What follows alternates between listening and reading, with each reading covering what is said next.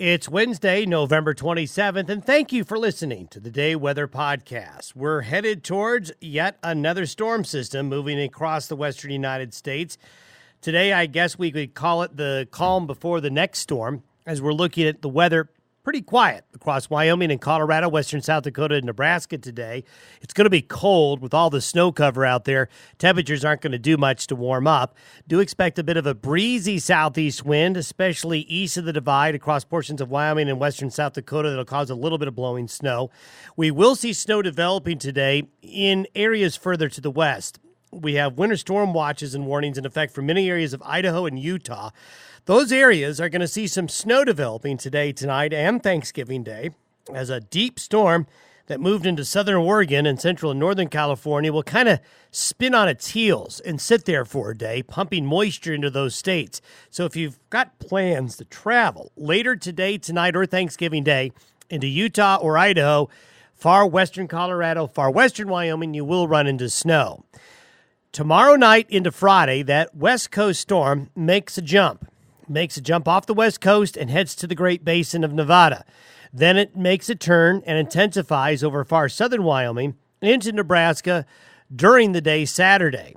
The track of this next storm is about 150 miles or so further to the north than the one that went across northern Colorado earlier this week.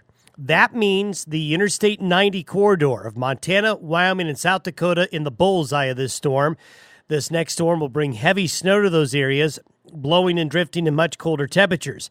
There will still be snow falling, but not as heavy, over the I-80 and I-25 corridors of Wyoming into far northern Colorado. I think the Colorado Front Range and Eastern Plains will essentially be spared of the significant snow that will stay north. So Denver, Colorado Springs, Fort Collins, you're going to see some snow showers late Friday and Saturday, but nothing heavy. But there's going to be a lot of wind, and the wind is going to be a really big problem.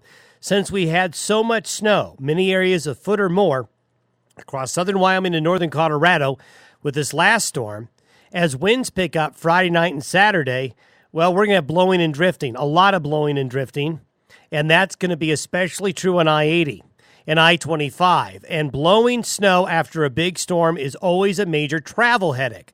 So despite the fact that we don't expect a lot of new snow Friday and Saturday over southern Wyoming and northern Colorado, there's going to be some, but not a lot. It'll be the wind and blowing snow, especially Saturday and Saturday night, that's going to be a problem.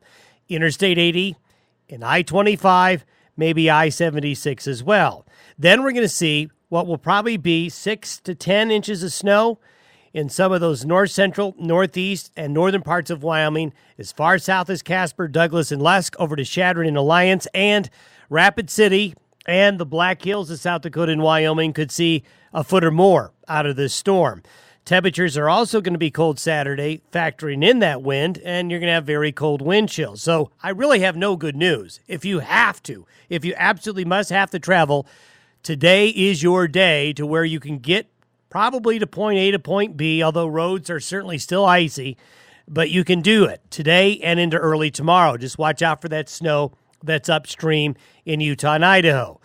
But travel weather conditions deteriorate state and region-wide Friday night, and Saturday, especially Wyoming, western Nebraska, western South Dakota, southern Montana, the mountains of Colorado, the I-70 part of the mountainous terrain of Colorado will see pretty good snow out of this system, while the eastern Colorado plains just get wind. So travel conditions continue to look very poor for the second half of the holiday travel period. We do expect travel weather to improve on Sunday, but Sunday we got to clean up the mess that comes Friday and Saturday.